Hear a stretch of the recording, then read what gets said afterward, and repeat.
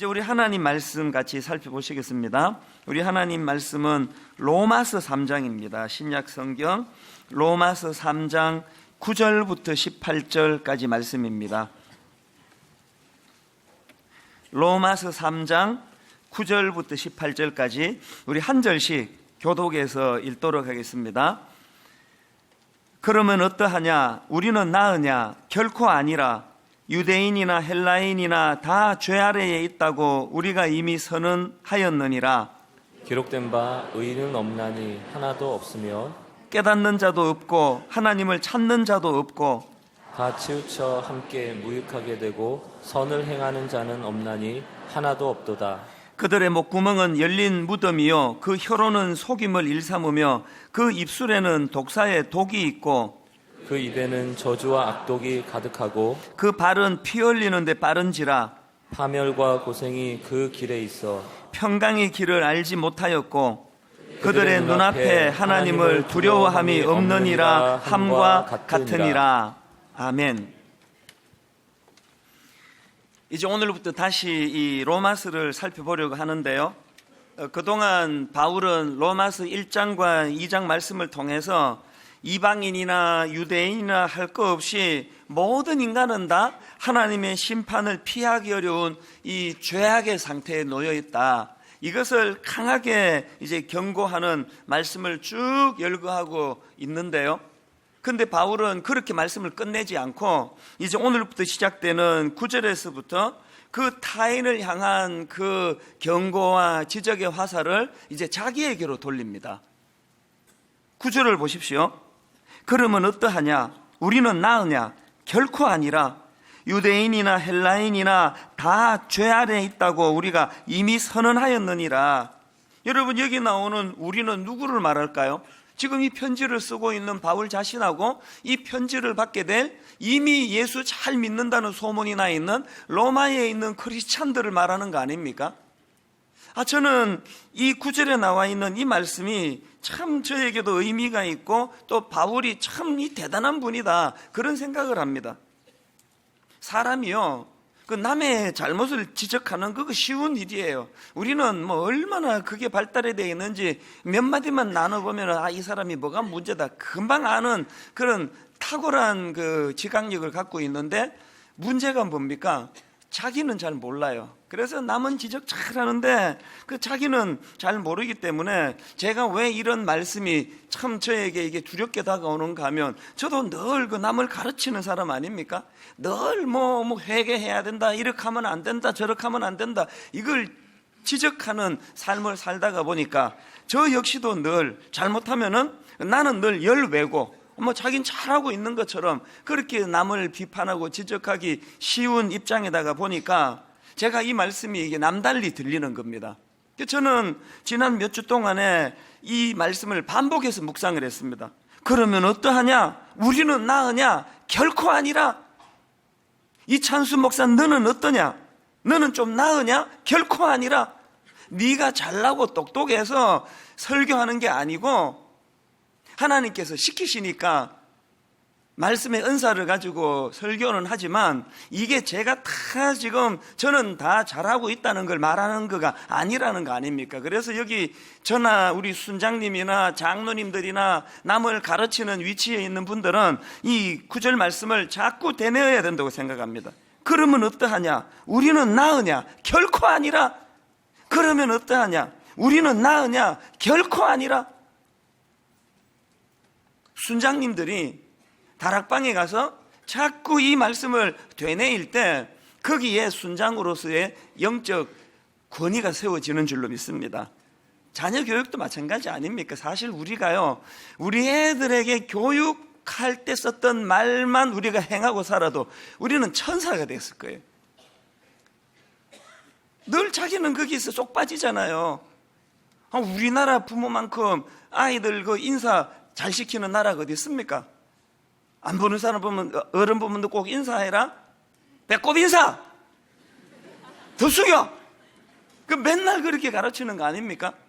그렇게 그냥 자기 아이들나 이거 예의 바르게 90도로 그렇게 인사하도록 배꼽에 손 얹고 그렇게 가르치는 그 부모가 어찌된 영문인지 자기는 남한테 인사 안 해요.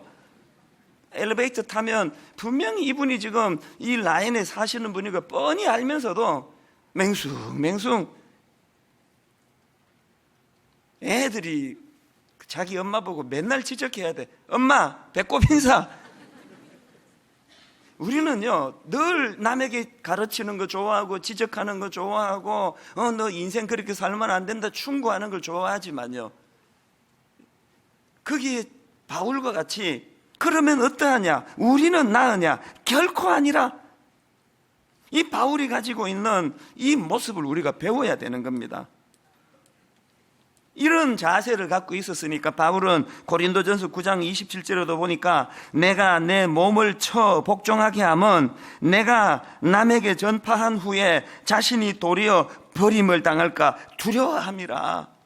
야, 이런 말씀이 이게 아무나 할 수 있는 이런 말씀이 아니지 않습니까?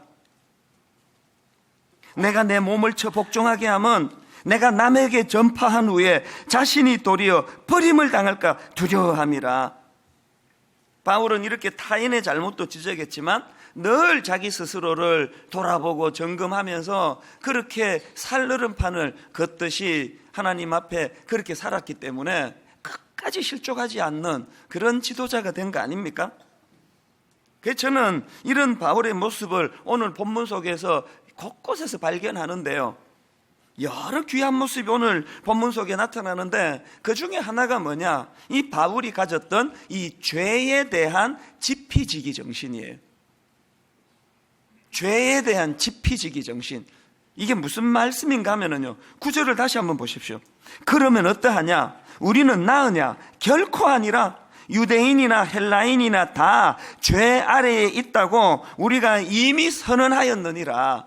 여러분, 여기 나와 있는 죄 아래에 있다, 이 말은 원어로 보면은 죄의 지배 아래에 놓여 있다, 이런 뜻이에요. 그리고 성경에 보면은 이 죄를 가지고 단수로 쓰느냐 복수로 쓰느냐로 그 의미를 구분하는데요, 죄가 원어로 복수로 쓰여지면 그 죄의 결과물, 우리가 알고 있는 이런 그 나쁜 짓 하는 이 모든 양상들을 이 복수로 쓰고 있고요, 여기는 지금 죄를 단수로 쓰고 있는데 이건 무슨 의미냐? 죄의 어떤 열매 양상을 말하는 게 아니고 보다 근원적으로 이 죄를 유발시키는 원인자, 더 쉽게 말씀드리면 악한 사단의 세력을 설명하는 거예요. 바울은요, 지피지기의 정신이 뭘까요? 바울은 자기를 죄 가운데로 몰고 가는 영적으로 무서운 악한 세력을 지피, 얼마나 강력한 능력을 가진 존재인가를 부들부들 떨면서 인식하고 있습니다. 그리고 지기, 거기에 비해 자기는 죄의 유혹에 한없이 약한 존재라는 걸 철저하게 인식했다는 겁니다. 그래서 여러분, 로마서 7장 18절부터 20절까지 한번 보십시오. 내 속 곧 내 육신에 선한 것이 거하지 아니하는 줄을 아노니 원함은 내게 있으나 선을 행하는 것은 없노라. 내가 원하는 바 선은 행하지 아니하고 도리어 원하지 아니하는 바 악을 행하는도다. 만일 내가 원하지 아니하는 그것을 하면 이를 행하는 자는 내가 아니요 내 속에 거하는 죄니라. 여기도 단수로 쓰고 있으니까 이 죄가 하나의 인격체예요. 오늘 우리를 죄 가운데로 몰고 가는 악한 세력, 이것이 얼마나 강력했는지 내 힘으로는 역부족이라는 거예요. 여러분, 바울이 저 같은 동네 목사입니까? 바울은 위대한 우뚝 선 하나님의 종이에요. 이런 한 시대를 풍미하는 위대한 종 바울도 자기가 죄의 세력 앞에 역부족이라고 하는데, 우리 같은 평범한 사람들은 이런 뭐 말해서 이거 되겠습니까? 우린 너무 지금 이 지피지기, 자기도 모르고 죄의 권세도 잘 모르는 거예요. 그래서 바울이 로마서 7장 23절 24절에 보니까 절망을 노래합니다. 내 지체 속에서 한 다른 법이 내 마음의 법과 싸워 내 지체 속에 있는 죄의 법으로 나를 사로잡는 것을 보는도다. 오호라, 나는 곤고한 사람이로다. 이 사망의 몸에서 누가 나를 건져내랴. 바울의 이 처절한 절규가 우리에게 있습니까? 여러분, 오늘 우리의 연약함 때문에 가슴이 아픈 고통, 늘 이 죄 앞에 무너질 수밖에 없는 나 자신의 이 실존에 대하여 절망하는 마음이 있습니까? 로마서 7장에서의 바울의 이 자기에 대한 지피지기로 인한 절망이 있었기 때문에 로마서 8장의 그 위대한 은혜에 대한 감격과 선포와 승리가 가능한 거 아닙니까? 여러분 다 아시지만 근래 한 몇 년 사이에 그렇게 존경받던 훌륭한 목사님들이 성추행하다가 넘어지고 물질 문제로 넘어지고 이렇게 참 가슴 아픈 일이 많이 일어나지 않았습니까? 여러분도 다 그것이 놀라고 마음 아프셨겠지만 저는 같은 길을 걷는 목회자다가 보니까 그리고 그런 분들이 꽤 많은 분들을 직접 만나보고 교제했던 경험이 있기 때문에 저는 그게 더 남다른 거예요. 그래서 제가 한번 어느 날 내가 좀 생각을 해봤습니다. 그 근래에 성적인 문제로 넘어지고 물질적인 문제로 넘어지고 그래서 참 가슴 아픈 자리에 빠졌던 분들을 제가 한 분 한 분 생각을 하면서 발견한 놀라운 깨달음이 뭐냐 하니까요, 그렇게 실족한 분들 치고요 저보다 못한 사람이 한 명도 없더라고요. 인격적으로나 영적인 파워나 실력이나 저보다 못한 분이 아무도 안 계세요. 두려운 거 아닙니까? 저런 분들도 한 번에 넘어지는데 뭐 나 같은 거야 뭐 오죽하겠습니까? 그럼 어떻게 해야 되는 겁니까? 오늘 우리가 이 영적인 지피지기, 저걸 알고 나를 알아? 내 자연인, 내가 가진 인격, 내가 가진 영적인 실력, 이런 것으로는 절대로 저 죄악으로 몰고 가는 사단의 권세 앞에, 그 실력 앞에 내가 감당할 수 없다라는 정확한 영적인 지식이 생기면 어떻게 해야 됩니까? 바울이 로마서 8장으로 건너가 그 놀라운 은혜에 대한 노래와 은혜로 인한 승리에 대한 확신을 하나님 앞에 구하는 그런 존재가 돼야 되는 거 아닙니까? 다윗을 한번 생각해 보세요. 여러분 그 물맷돌 몇 개 들고 당당하게 골리앗을 물리쳤던 그 영웅 다윗이 그냥 성적으로 한순간에 무너져 버리는 그 비참한 이런 모습을 보면서 뭘 느끼고 계세요? 다윗이 우리보다 못한 구석이 있습니까? 여러분 다윗이 우리보다 뭐 부실해가지고 그런 자리에 빠집니까? 아니잖아요.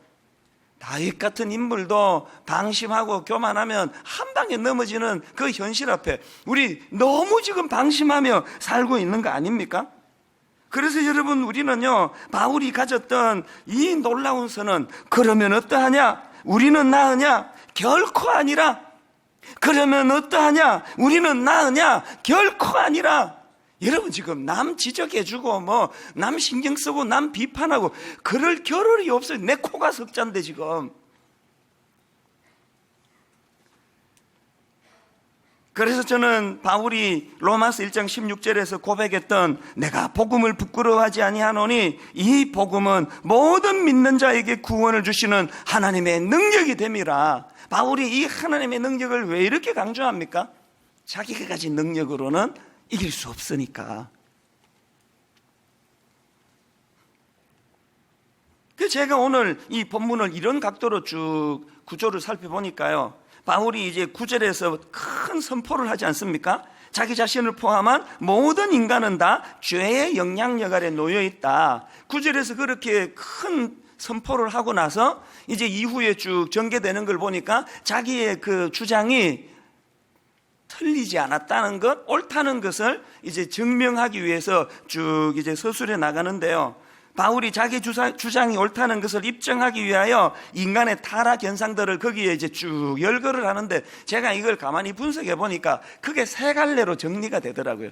인간의 그 죄로 말미암은 연약한 모습이 한 세 갈래로 정리가 되는데, 이걸 제가 다른 각도로 보니까요, 인간의 그 타락한 모습이 세 갈래로 정리된다는 것은 사단의 공격 통로가 한 세 갈래로 드러난다, 이런 뜻이 되는 거 아닙니까?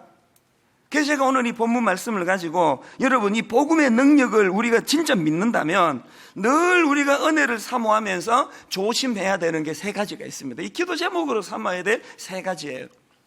자, 첫째, 그게 뭐냐? 여러분 우리가 뭘 조심해야 됩니까? 언어의 타락을 조심해야 된다는 거예요. 13절 14절을 같이 한번 읽어보시겠습니다. 그들의 목구멍은 열린 무덤이요 그 혀로는 속임을 일삼으며 그 입술에는 독사의 독이 있고 그 입에는 저주와 악독이 가득하고. 자, 여기 보니까요, 지금 바울이 목구멍, 혀, 입술, 입, 이런 다양한 이미지를 사용해서 지금 설명하고자 하는 건 딱 하나예요. 너 말 조심해라. 이 한마디를 하고 싶은데 바울은 지금 목구멍, 혀, 입술, 입 이런 걸 지금 계속 반복하면서 지금 강조하고자 하는 게 뭐예요? 그만큼 여러분이 인간의 언어가 사단에게 노출되기 쉽고 공격당하기 쉽고 이것이 가장 먼저 우리에게 찾아오는 위험한 공격 포인트라는 거 아닙니까? 여러분, 그러고 보면요, 이 성경은요, 이 언어의 중요성을 유난히 강조하는 책이에요. 자, 예를 들면은 야고보서 1장 26절을 보십시오. 누구든지 스스로 경건하다 생각하며 자기 혀를 재갈 물리지 아니하고 자기 마음을 속이면 이 사람의 경건은 헛것이라.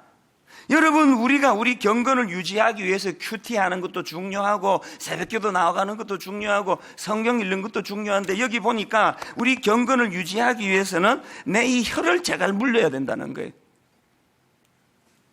야고보서 3장 3절부터 5절도 마찬가지예요. 우리가 말들의 입에 재갈 물리는 것은 우리에게 순종하게 하려고 그 온 몸을 제어하는 것이라. 또 배를 보라.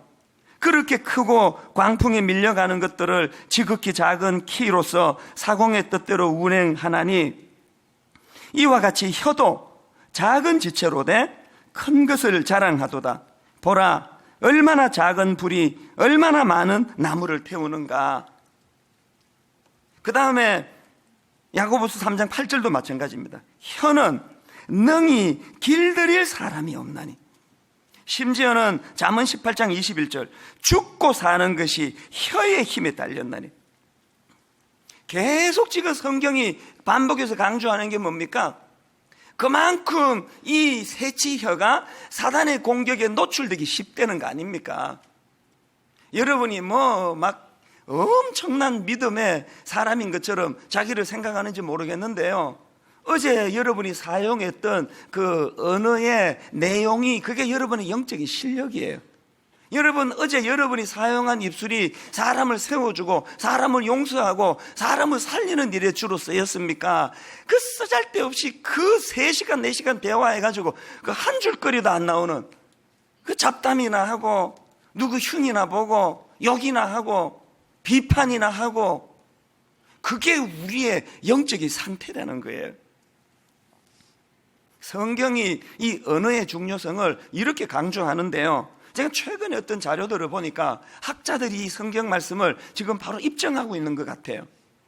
미국의 매사추세츠 대학의 사회심리학자인데요, 이 로버트 펠드먼이라는 이 교수님은요, 거짓말 심리, 여러 심리 가운데 이 거짓말 심리와 관련해서 세계 최고 권위자로 알려있는 분입니다. 이 로버트 펠드먼이 30년 동안 연구해가지고 이 거짓말과 관련하여 그 연구한 걸 책으로 담았는데요, 그 책 제목이 뭔지 아십니까? 책 제목이 우리는 10분에 3번 거짓말한다. 이게 학자가 30년 연구한 결과예요. 이분이 연구를 해보니까요, 그리고 반복적으로 실험을 해보니까 사람들은 처음 만나는 사람들과 대화에서 10분에 평균 3번의 거짓말을 한대요. 물론 이 거짓말 안에는 상대방을 세워주기 위한 인사말이나 또 의도 악의적이지 않은 하얀 거짓말도 포함되는 거지만, 그런데 여러분, 이 대학자가 말하고자 하는 핵심이 뭐예요? 인간이 지닌 거짓말의 일상성이에요. 거짓말의 일상성. 입만 떼면 거짓말이 나와요. 애쓰지 않았는데. 자기는 안 그런 것 같은 표정을 짓고 있으면 나만 이상한 사람 되는 거 아닙니까? 심리학자 존 프레이저도 비슷한 이야기를 했는데요, 인간은 보편적으로 하루에 대략 200번에 이르는 거짓말을 한다는 거예요. 하루에 200번. 여러분, 이런 학자들의 연구가 사실이라면 우리 어떻게 해야 됩니까? 입 닫는 수밖에 없어요. 떼면 거짓말이 나오니까.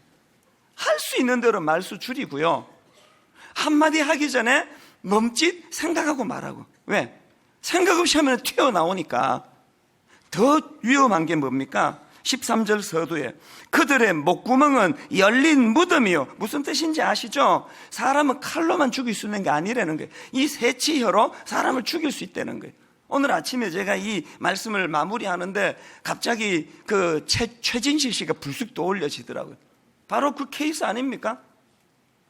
여러분, 우리가 사람을 죽일 수도 있는 이 새치요, 글 하나 쓸 때 조심하고, 남한테 충고 한마디 할 때 조심하고. 왜? 내 선한 의도 속에 악한 마귀는 공격의 빌미로 사용하니까요. 저는 이런 맥락에서 한국교회는 분명히 침체다, 저는 확신합니다. 왠지 아시죠? 여러분, 교회가 세상보다 말이 더 없습니까?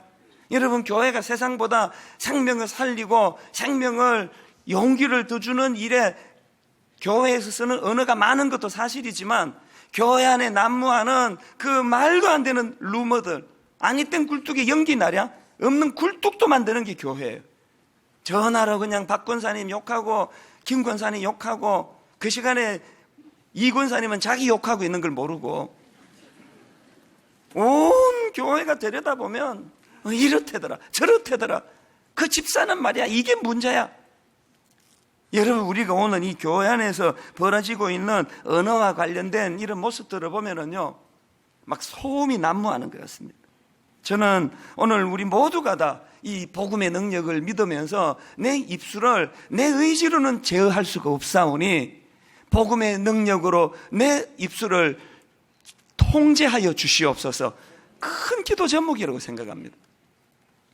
그런가 하면 두 번째로 우리가 조심해야 될 게 하나 더 있는데요, 행위적인 타락을 조심해야 된다는 겁니다. 15절부터 17절입니다. 그 발은 피 흘리는 데 빠른지라 파멸과 고생이 그 길에 있어 평강의 길을 알지 못하였고. 자, 여기 보면 바울이 지금 이 발이라고 하는 이 신체를 사용해서 행위적인 그 범죄함을 지금 기록하고 있는데요, 여러분, 바로 그 앞에서 바울이 인간의 타락을 묘사하면서 목구멍, 혀, 입술, 입, 이런 것들로 묘사를 했는데, 이제 진도가 어디까지 갑니까? 그 앞에는 말만 갖고 죄를 지었다가 이제는 사람을 직접 위해를 가하고 폭력을 행사하고 그렇게 자기 유익을 위하여 남을 괴롭히는 이런 발로서 묘사되는 행위적인 타락을 묘사하고 있는 거예요. 제가 여기서 크게 깨달은 게 뭐냐 하면은요, 여러분, 오늘 우리가 이 입술의 언어의 타락을 제어하지 않으면 내일 한 걸음 더 나아가서 남을 구체적으로 해악을 끼치는 짓을 하게 된다는 거예요. 여기 지금 바람 피고 계시는 분, 자기의 과정을 한번 쭉 거슬러 보세요. 신혼여행 갔다 오면서 바람 피는 사람은 없습니다. 지금 바람 피는 자리, 행위의 자리까지 가신 분은요, 분명히 5년 전, 6년 전서부터 무슨 조짐이 나타나느냐, 말로서 자기 아내를 무시하고 나는 결혼 잘못해서 이 여자는 매력이 없어, 말로서 계속 그것을 확정지으며 말로서 사단의 진을 구축해주는 일을 했을 거예요. 그리고 그것이 자기 생각을 장악하고 나니까 이제 바람 피는 것으로서의 구체적인 행위로 나타나는 거 아닙니까? 저는요, 이 신문 같은 거, 뉴스 같은 걸 보면서 참 불가사의한 게 뭐냐 하면은요, 어떻게 이렇게 온갖 비리 사건 이런 데 꼭 크리스찬이 예외 없이 포함이 돼 있냐고요. 그 이상한 거 아닙니까? 이 면면을 보면은 다 유난히 악해 보이는 사람이 모이는 게 교회가 아닌데, 결과를 놓고 보면은 이상하게 그런 온갖 그 참 역겨운 그런 죄악 속에 꼭 크리스찬이 껴있는 게 이게 뭘 의미하는가? 제가 깨달은 것은요, 영적인 전쟁이 있기 때문이에요. 여러분, 목회자들이 유난히 그렇게 성적으로 죄 잘 지을 사람만 골라서 신학교 가는 거 아니잖아요. 억울합니다. 왜 그런 일이 심심치 않게 일어나느냐고요. 영적으로 부추기는 세력이 있다는 거 아닙니까? 최근에 저희 집에 놀라운 그 변화가 하나 일어났는데요, 드디어 저희 집이 이제 강아지를 키우게 됐습니다. 이게 어떻게 된 일인가 하면은, 지난 송구영신 예배 때 제가 이제 그냥 가볍게 이제 무슨 말씀을 드렸냐 하면, 내가 어릴 때부터 너무 강아지를 키우고 싶었는데 내 두 여자 때문에 강아지를 못 키웠다. 지금까지. 어릴 때는 어머니가 강아지 키우는 걸 반대해가지고 내가 강아지를 못 키웠고, 결혼해가지고는 이 와이프가 그냥 강아지 키우는 거를 반대해가지고 내가 강아지를 못 키웠다. 그렇게 이제 슬쩍 지나가면서 한마디 했는데요, 여기 참석하신 분이에요. 어떤 우리 성도님이 그 말씀이 마음에 꽂혀가지고 너무 마음이 아팠대요. 이 불쌍한 우리 목사님, 강아지도 못 키우고 그렇게 마음이 아프셨대요. 이분이요, 토이푸들이라고 요 조그만한 그 종이에요. 요 조그만한 이제 토이푸들을 키우는데, 이 집에 이제 얼마 전에 경사가 났습니다. 그 새끼를 4마리 낳은 거예요. 그 토이푸들이 새끼 4마리를 낳자마자 그 성도님이 불쌍한 제 생각이 난 거예요. 그래가지고 이분이요, 의논도 안 하고요, 그냥 다짜고짜로 그냥 가방 안에 넣어가지고 강아지를 데리고 온 거예요. 저도 몰랐습니다. 이제 일 다 마치고 그때 6시 넘었습니다. 집에 가려고 하니까 우리 직원이 막 쭈뼛쭈뼛 하면서, 그 목사님 근데 막 이러면서 보셔야 될 게 하나 있다 그래서, 뭔데 그러냐 그랬더니 저를 데리고 방으로 들어가는데 요 2달 된 요 조그만한 강아지가 낑낑거리고 있는 거예요. 이게 뭐냐 그러니까 어떤 성도님이 목사님 드리라 그러고 주고 가버렸대요. 저는요, 이 업둥이라는 게 이게 사람에게만 있는 줄 알았더니 개도 업둥이가 있더라고요. 놓고 가버렸어요. 어떡합니까? 6시 너무 어둑어둑해지는데 그 강아지를 거기다 둘 수가 없잖아요. 그래서 이제 우리 집으로 개를 이제 데리고 간 거예요. 그날 집에 데리고 가서 엄청 깨졌습니다. 준다고 가져오냐 그걸? 빨리 돌려드려라. 우리 집사람이 막 얼마나 그거 가지고 역성을 내는지 제가 너무 난감해서, 그래 내가 그러면 오늘 지나고 내 돌려드리도록 하겠다고. 일단 오늘 밤은 여기서 보내야 될 거 아니냐고. 그렇게 이제 한 이틀이 지났어요. 돌려드리기로 이제 결정하고. 근데 여러분, 이틀 만에 대반전이 일어난 거예요. 저는 막상 키워보니까 이 생명을 키우는 건 너무 힘들다. 저는 이제 돌려드리자로 결정을 했고 전화까지 했어요. 이거 돌려드려야 되겠습니다. 그 사이에 우리 집사람이 완전히 마음이 돌아선 거예요. 돌려드리기로 했다 그러니까 뭐라고 얘기하는 거니까 저보고요, 근데 여보, 이 강아지를 보니까 얘가 자기 엄마로 결정한 것 같다는 거예요. 낮에 집에 손님이 오셨는데 강아지를 이렇게 이제 안겨드렸더니, 그 강아지가 그 손님 품에 안겨가지고는 자기를 쳐다보는 눈빛이 꼭 그 엄마를 보는 눈빛이더래요.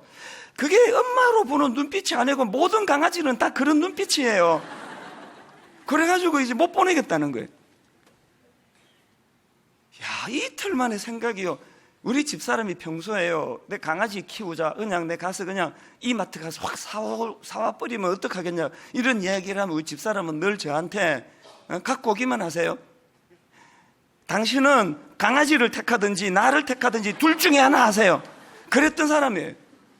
이틀 만에 마음이 바뀌어가지고 이제 우리가 이제 강아지를 키우게 된 거예요.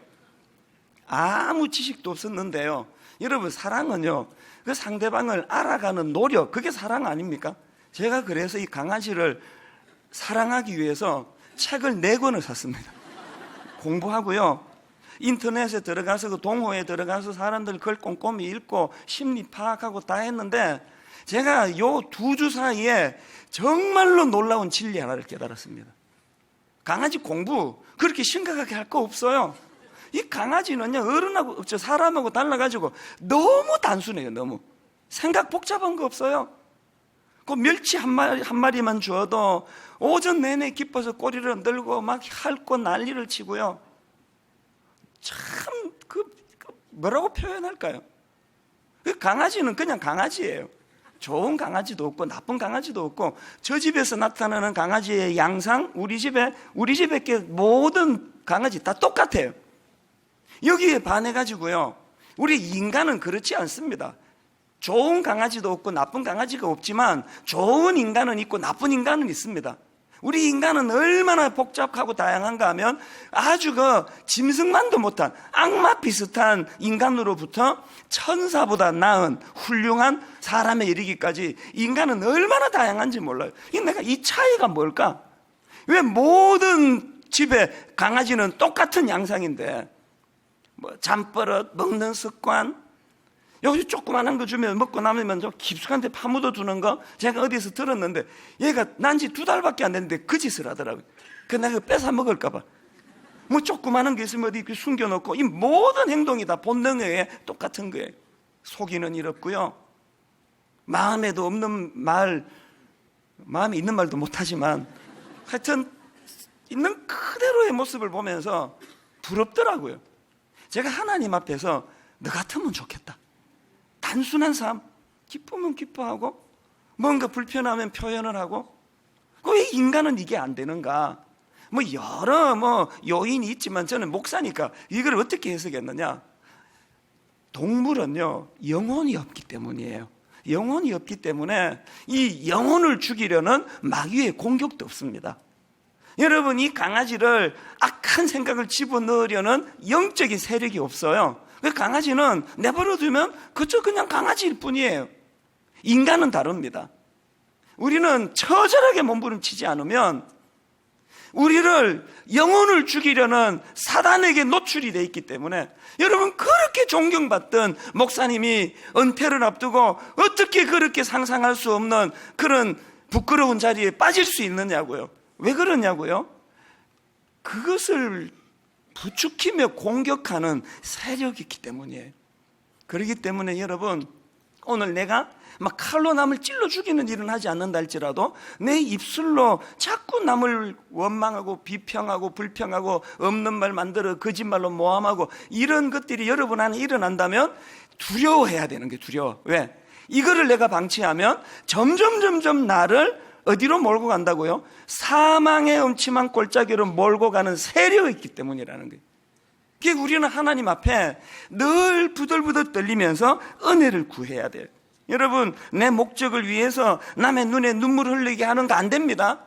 거듭 부탁하는데요, 여러분, 그리스도인이라면 아내 눈에 눈물 흘리게 하는, 남편 눈에 눈물 흘리게 하는 외도 안 됩니다. 생각보다 많아요. 생각보다.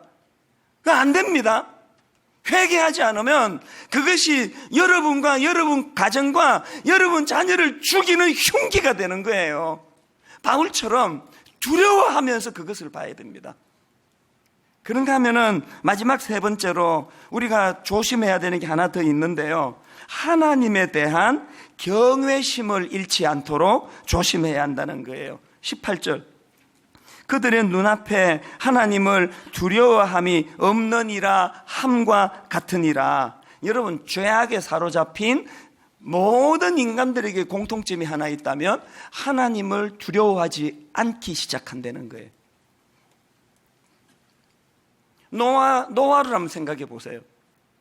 노아가 이제 배를 만듭니다. 하나님의 명령에 의해서. 어디다 만드느냐? 어릴 때 배웠던 노래가 기억나요. 노아 할아버지 배를 만든다. 노아 할아버지 배를 만든다. 저 높은 꼭대기에 배를 만든다. 끝에 그건 안 부르고 가사를 불러드리려고 했는데, 노아 할아버지가 배를 만드는데 배는 강물에 띄우는 도구인데 산에서 배를 만들고 있는 거예요.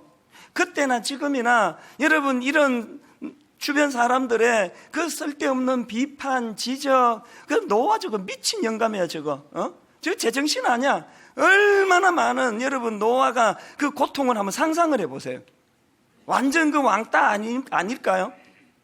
그런데 왜 노아가 배 만드는 걸 중단하지 못했느냐? 여러분, 이 질문에 대해서 히브리서 11장 7절에 그 답이 있더라고요. 보십시오.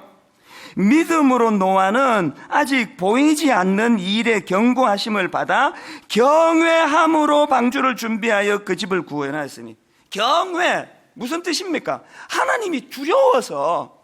노아는요, 그렇게 수군거리는 동네 사람들도 두려웠고요. 제가 이 노출이 되어 있는 위치에 서 보니까요, 사람들이 그 말로 그냥 막 그 해대는 이게 보통 무서운 능력이 아니에요. 최진실 씨가 정말 자살할 수 있겠구나, 그걸 문득문득 느끼는 게 인간의 그 비판과 지적과 손가락질 아닙니까? 노아의 고통을 한번 생각해 보시라고요. 그러나 여러분, 노아가 그 고통 속에서도 방주 만드는 것을 포기할 수 없었던 것은, 노아는 수군거리고 비방하는 주변 사람도 무서웠지만 누구가 더 무서웠습니까? 그 일을 명하신 여호와 하나님이 더 무서웠다는 거예요. 신앙을 점검하는 잣대는요, 새벽기도 몇 번 나갔나, 성경 몇 장 읽었나, 이것으로도 점검하지만 정말 여러분이 신앙을 점검하는 잣대는, 여러분 하나님을 두려워하세요? 번지번질하게 말 잘한다고 설교 잘한다고 그 목사가 영이 살아있는 거 아닙니다. 정말 하나님을 두려워하는가? 아무도 보는 이가 없을 때 내가 하는 그 행동이, 그게 인격이고 그게 그 사람의 영성이에요. 뭐 들키지만 않으면 다 되는 겁니까? 잠자리에 들어가면 여러분 마음 안에 하나님이 주시는, 하나님을 경외하는 자에게 주시는 하나님의 그 경고의 말씀이 부들부들 떨리듯 두려워서 내일은 더 이상 그 일을 못하게 만드는 죄의 이 일이 여러분에게 나타나고 있습니까? 모세를 구한 그 산파들도 마찬가지 아닙니까? 출애굽기 1장 17절을 보십시오. 그러나 산파들이 하나님을 두려워하여 애굽 왕의 명령을 어기고 남자 아기들을 살린지라. 여러분, 그 당시 애굽 왕의 명령 뭐예요? 애굽 왕의 이 절대 권력은요, 사람 하나 죽이고 살리고 하는 파워예요. 산파들이 그거 몰랐습니까? 그러나 여러분, 그 산파들이 아기를 어떻게 살려주게 됐습니까? 권력을 가진 애굽 왕도 두렵지만 자기들은 하나님이 더 두렵다는 거예요. 여러분 어떠세요? 오늘 한국교회가, 저 같은 목사들이 정말 하나님 두려워합니까? 정말 하나님 두려워하는데 이런 일들이 일어납니까? 우리 내면 세계는 하나님을 두려워하는 마음을 잃어버려가지고 이 마귀들의 놀이터가 돼버린 것 같아요. 마귀들의 놀이터가. 저는 오늘 이런 맥락에서 여러분들에게 마태복음 10장 28절 말씀을, 주님의 이 경고 말씀을 들려드릴 텐데요, 이 말씀이 하루 온종일 머리를 맴도는 은혜가 있기를 바랍니다. 마태복음 10장 28절, 몸은 죽여도 영혼은 능히 죽이지 못하는 자들을 두려워하지 말고 오직 몸과 영혼을 능히 지옥에 멸하실 수 있는 이를 두려워하라. 한 번 더 읽어드릴까요? 몸은 죽여도 영혼은 능히 죽이지 못하는 자들을 두려워하지 말고 오직 몸과 영혼을 능히 지옥에 멸하실 수 있는 이를 두려워하라. 우리가 정말 복음을 믿는다면 우주의 종말이 오건 내 개인의 종말이 오건 얼마 안 남았습니다. 뭐 100살 뭐 그렇게 하고 있지만 누가 자기를 100살까지 산다고 보장해 주던가요? 오늘 집에 가다가 죽을 수도 있는 게 우리 인생 아닙니까? 여러분, 피할 수 없는 내 인생의 마지막 날, 심판자 되시는 주님 앞에 서게 되는 그날을 우리가 의식하고 살아갑니까? 그걸 두려워하고 살아갑니까? 여러분, 심판하실 주님을 의식하고 두려워하고 살아가는데 그렇게 살아가십니까? 안 본다고? 안 들켰다고? 결론을 맺으려고 합니다. 예배 지각하시면 안 됩니다. 문 닫을 거예요. 문 닫는 게 두려워서 지각하지 않는 게 아니고, 준엄하신 하나님 앞에 드리는 예배를 나는 이렇게 드릴 수 없다. 죄에 대한 지피지기 정신을 가지고 지피, 날 죄악의 골짜기로 몰고 가려는 악한 사단의 세력이 얼마나 강력한 능력인가를 아는 것, 지키, 거기에 비해 한없이 초라하고 연약한 나 자신을 깨닫는 것. 그래서 여러분, 우리가 할 수 있는 고백은 딱 하나예요. 바울이 로마서 1장 16절에 쓰던 그 고백, 내가 복음을 부끄러워하지 아니하노니 이 복음은 모든 믿는 자에게 구원을 주시는 하나님의 능력이 됨이라. 아버지, 나는 약합니다. 사단의 권세를 이길 수 없습니다. 나는 내버려두면 입술이 타락하고 그 다음에 행위가 타락하고 이게 짐승 비슷한 자리까지 갈 수 있는 위험이 내게 있기 때문에 저는 복음을 의지합니다. 여러분, 이 종이 한 장은요 얼마나 약한지요 힘 안 써도 돼요. 이거 뭐 얼마든지 찢을 수 있어요. 이 종이짝 같은 인생이에요. 그러나 여러분, 이 종이가요 벽에 딱 붙어 있으면요 죽어도 안 떨어져요. 누가 이 종이를 뗍니까? 여러분은 지금 굴러다니는 종이 같은 인생입니까? 십자가 앞에 견고하게 붙어있는 십자가를 의지하는 인생입니까? 복음을 맨날 그냥 말만 갖고 떠드는 데 쓰지 마시고, 성경 공부할 때 다락방 할 때만 쓰지 말고, 이 복음이 능력임을, 이 종이짝같이 약한 나를 어떤 견고한 인생으로 만들어주시는 능력인가를 삶 속에서 체험하고 맛보고 이 감격이 회복되는 저와 여러분 되시기를 주님 이름으로 축복합니다. 여러분, 오늘 이 말씀을 가지고요 우리들의 찬양 415번, 나의 기도하는 것보다 더욱 응답하실 하나님, 대답해 보세요. 왜 기도 안 하세요? 하나님의 능력을 못 믿기 때문 아닙니까? 나의 생각하는 것보다 더욱 이루시는 하나님. 저는 지난 13년 동안 그렇게 저렇게 유혹이 많았지만 실족하지 않을 수 있었던 것은 전적으로 십자가 앞에 제가 붙어 있었기 때문이라고 믿습니다. 말씀이 나를 견인하고 십자가가 나를 견인해서 은퇴하는 그날까지 이 연약해 빠진 종이자처럼 구겨지고 찢어지는 인생이 아니라 주님의 십자가 앞에 그분과 더불어 살아가는 인생이 되기를 원합니다. 이 소원을 가지고 한마디 한마디 이렇게 선포하며 나가기 원합니다.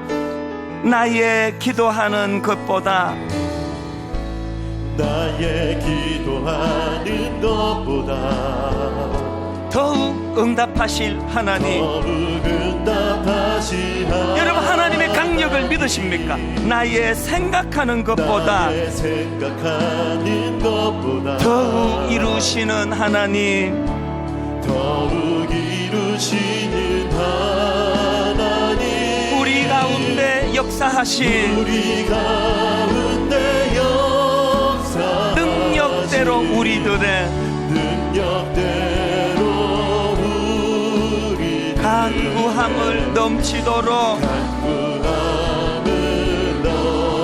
힘있게 선포합니다. 능히 하실 주님께 모든 영광과 존귀 찬양과 경배를 돌릴지어다. 모든 영광과 존귀 찬양과 경배를 돌릴지어다.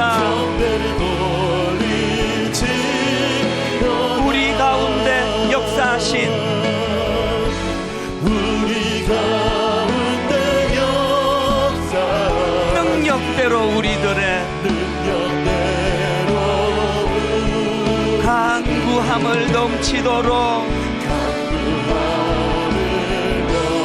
선포합니다. 능히 하실 주님께 하신 주 모든 영광과 존귀 찬양과 경배를 돌릴지어다.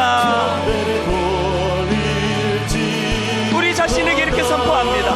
모든 영광과 존귀 찬양과 경배를 돌릴지어다. 주님의 임재에 온 땅 흔들리고 우리 기도에 하늘 문 여시네. 온 민족과 열방 주께 경배해. 영원 영원히 보좌에 계신 왕께 주님의 임재에 온 땅 흔들리고 우리 기도에 하늘 문 여시네. 온 민족과 열방 주께 경배해. 영원 영원히 하나님 어린 양께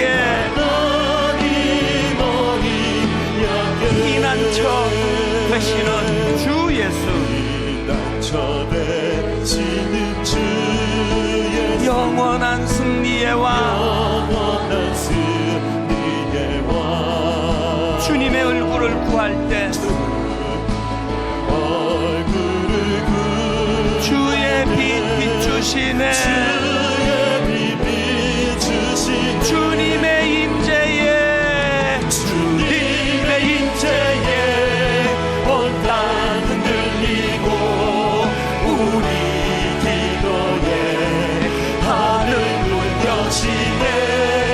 온 민족과 열방 주께 경배해 영원히 보좌에 전쟁은 주님께 속했네. 전쟁은 주님께서 확신을 가지고 선포합니다. 승리는 우리의 것. 어떻게 가능합니까? 예수의 이름을 높이며 그분을 경외하며 영원히 찬양하리. 여러분 준비되셨습니까? 선포합니다. 주님의 임재에 온 땅 흔들리고 우리 기도에 하늘 문 여시네. 여시네. 온 민족과 열방 주께 경배해 영원히 하나님 어린 양께 하나님 어린 양께. 오늘 말씀을 생각하면 아버지 영적인 지피지기를 저에게도 주옵소서. 악한 사단의 강력함을 인식하기 원합니다. 나의 연약함을 고백하기 원합니다. 그래서 복음의 능력을 의지하고 맛보아 알기를 원합니다. 주님의 십자가에 젖부터 사는 인생 되기를 원합니다. 하나님 입술의 타락을 불쌍히 여겨주시고 행위적인 타락을 주님이 인도하여 고쳐주시고 하나님 경외하는 마음을 회복시켜 주시옵소서. 우리 큰 소리로 통성으로 기도하시겠습니다. 살아계신 하나님 아버지, 주님의 은혜를 구하며 간절하게 기도합니다. 하나님의 은혜의 빛을 비추사 우리의 약함을 알게 하시고 하나님 그 강력한 능력이 되시는 하나님을 의지할 수 있는 그 마음을 우리 가운데 복시켜 주시옵소서. 아버지 의지할 것이 없는 이 세상에서 하나님을 의지할 수 있는 그 갈급한 심령을 우리 가운데 부어주셔서 하나님을 의지하며 살아가게 우리 가운데 힘이 되어주시고 우리 길을 인도하시는 하나님의 능력을 아버지 하나님 경험하는 인생 될 수 있도록 붙잡아 주시옵소서. 늘 우리와 함께하신 하나님, 늘 우리를 지켜보시는 주님을 의식할 수 있는 아버지 하나님 그 마음 우리 가운데 부어주시옵시며 아버지 하나님 세상의 어떠한 것보다 더욱이 힘이 있으시며 능력이 되시는 하나님 앞에 전부친이 되어 하나님과 동행하며 삶을 살아갈 수 있는 은혜의 자리로 저희들을 인도하여 주시옵소서. 우리의 가정과 우리의 매일의 삶 속에서 하나님을 의지하며 주님과 동행하는 삶을 살아갈 수 있길 원합니다. 하나님 아버지, 오늘 말씀이 능력임을 믿습니다. 바울처럼 영적인 지피지기의 정신을 회복하기 원합니다. 살얼음판을 긋듯이 하나님 자빠지지 않도록 그런즉 선줄로 생각하는 자는 넘어질까 조심하라. 하나님 의지하며 강력한 악한 사단의 괴계를 묶을 수 있는 능력 되시는 십자가를 사랑하기 원합니다. 그저 입만 살아가지고 복음 떠드는 크리스찬이 아니라 복음의 능력으로 복음을 살아내는 저희들 되게 하여 주시옵소서. 오랜 시간이 지나고 자식들 앞에 수많은 믿음의 동역자들 앞에 참 힘들었지만 끝까지 이 길을 승리할 수 있게 된 것 하나님의 십자가 능력이었노라고 멋지게 고백하며 그렇게 이 땅을 살아가는 저희들 되게 하여 주시옵소서. 이렇게 주님 사랑하는 자에게 하나 주시는 샬롬, 이 평안을 예배 중에 허락하여 주시옵소서. 감사드리옵고 예수님 이름으로 기도드립니다. 아멘. 우리 다 자리에서 일어나셔서 주님 두려워하는 자에게 주시는 주님 주시는 평화, 평화로다. 우리 후렴부터 입술로 내 영혼이 주님을 이렇게 노래합니다. 평화로다.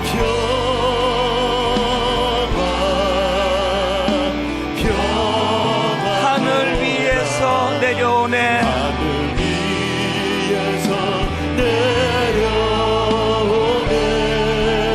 그 사랑의 물결이 영원토록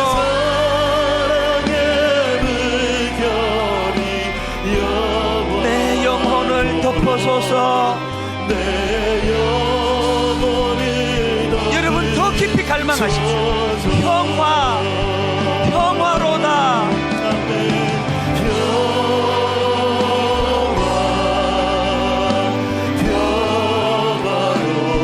하늘 위에서 내려오네.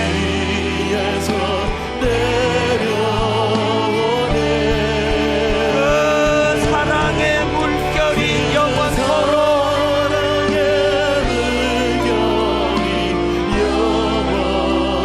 내 영혼을 덮어소서.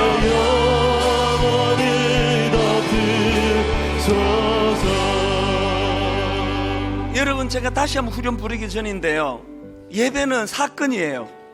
논리, 이론 받아 적을 거리가 아니고 예배는 사건이에요. 오늘 여러분 마음에 빼앗긴 그 평화는 원인이 어디서 기인되는 겁니까? 입술을 점령당해서 그런 거 아닙니까? 내게 나오는 입술이 남의 평안도 빼앗아 버리고 내 평안도 잡아먹는 언어가 난무한 거 아닙니까? 여러분, 그것을 방치했더니 지금 정말 그리스도인으로 해서는 안 되는, 남의 눈에 눈물 흘리게 만드는 짓을 하고 있는, 그게 그 사람의 평안도 뺐지만 내 평안을 빼앗아 간다는 걸 인식하고 있습니까?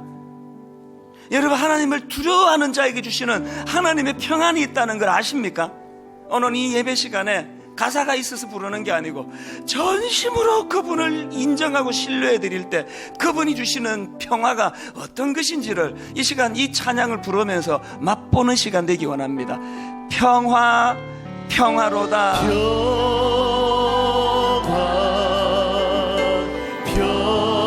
하늘 위에서 내려오네. 하늘 위에서 내려오네. 그 사랑의 물결이 영원토록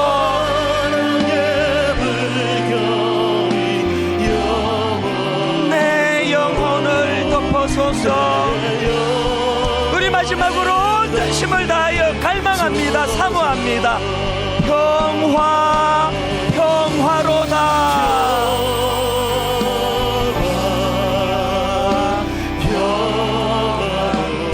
하늘 위에서 내려오네.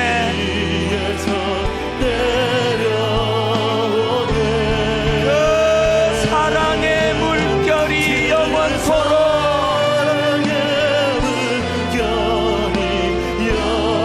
내 영혼을 덮어소서. 내 영혼을 덮어소서.